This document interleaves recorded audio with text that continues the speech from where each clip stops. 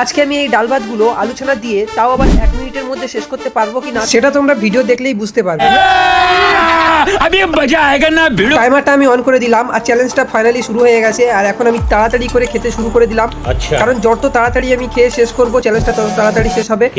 তো আমি ভেবেছিলাম যতটা সহজ, কিন্তু ততটাও সহজ নয়। চ্যালেঞ্জটা আমার জন্য অনেক টাফ হতে চলেছে, কিন্তু কিছু করার নেই, কারণ আমি বলেইছি যে আমি চ্যালেঞ্জটা কমপ্লিট করবো। আর রানী ক্যামেরা করছিল আর খুব মজা নিচ্ছিল, কোনো ভাতের ভাও উঠিনি। কারণ এদিকে আমি 1 মিনিটে শেষ করবো বলেছিলাম আর এদিকে 1 মিনিট অলরেডি পার হয়ে গেছে, এখনো আমার হাফও শেষ হয়নি।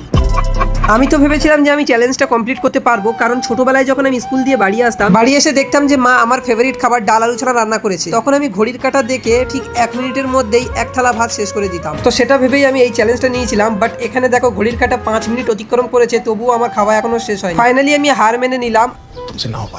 একদম ঠিক বলেছো চাচা, এই খাওয়া দাওয়া চ্যালেঞ্জ আমার দ্বারাই সম্ভব না। প্লিজ একটা লাইক করে দিয়ে চ্যানেলটাকে সাবস্ক্রাইব করে নাও।